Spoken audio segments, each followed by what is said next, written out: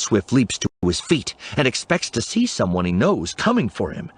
An old enemy, a betrayed friend, an ex-girlfriend with a broken heart and a blaster rifle. But instead, he sees some other woman coming for him. Older, silver hair moved by the wind. Whoever she is, she looks familiar to him. But he doesn't have time to sort through all the faces he's met, because she's got a pistol pointed right at him, and another stun bolt comes. But he's fast.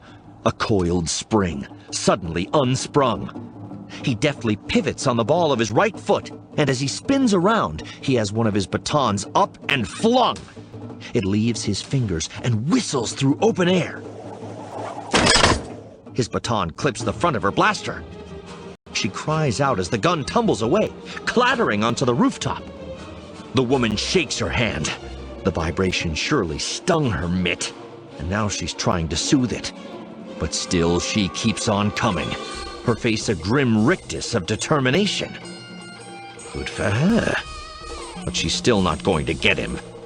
He flexes his hand, fingers pressing into the button in the center of his palm.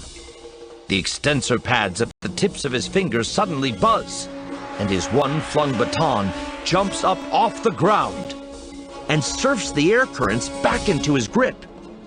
The older woman skids to a halt, throwing a punch as she does.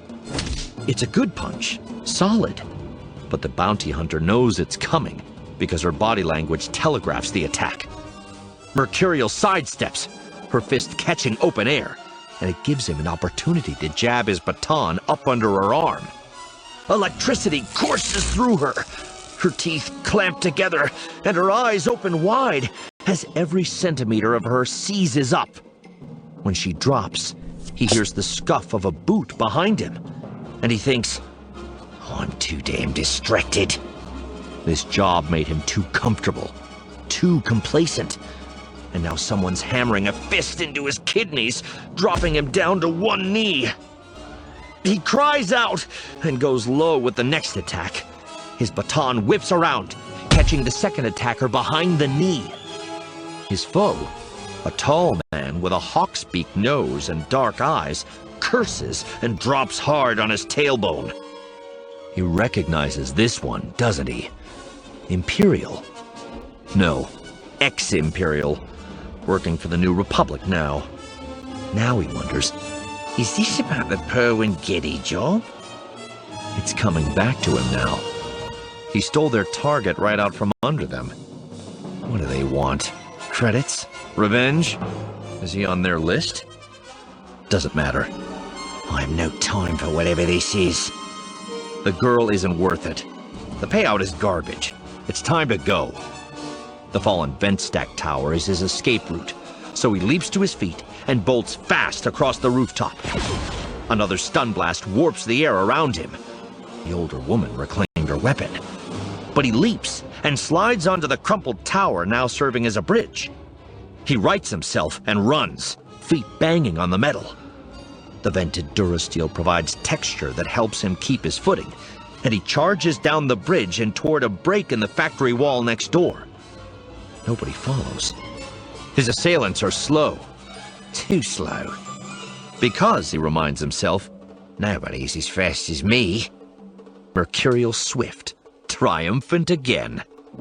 He leaps across the gap, and an arm extends across the open space and slams hard across his trachea. His heels skid out, and Mercurial drops onto his back. The air blasting out of his chest as his lungs collapse like clapped hands. Hi, says a voice. Another woman. This voice he knows. A fellow hunter, a bounty killer and skip tracer like him. The Zabrak, Jaz Imari. She steps over him, and as his eyes adjust, he sees her juggling a toothpick on her tongue and between her teeth. She cocks her head, a flip of hair going from one side of her spike-laden scalp to the other. Imari, he wheezes, air finally returning to his reinflating lungs. He wastes no time. He brings one of his batons up fast, but she is faster.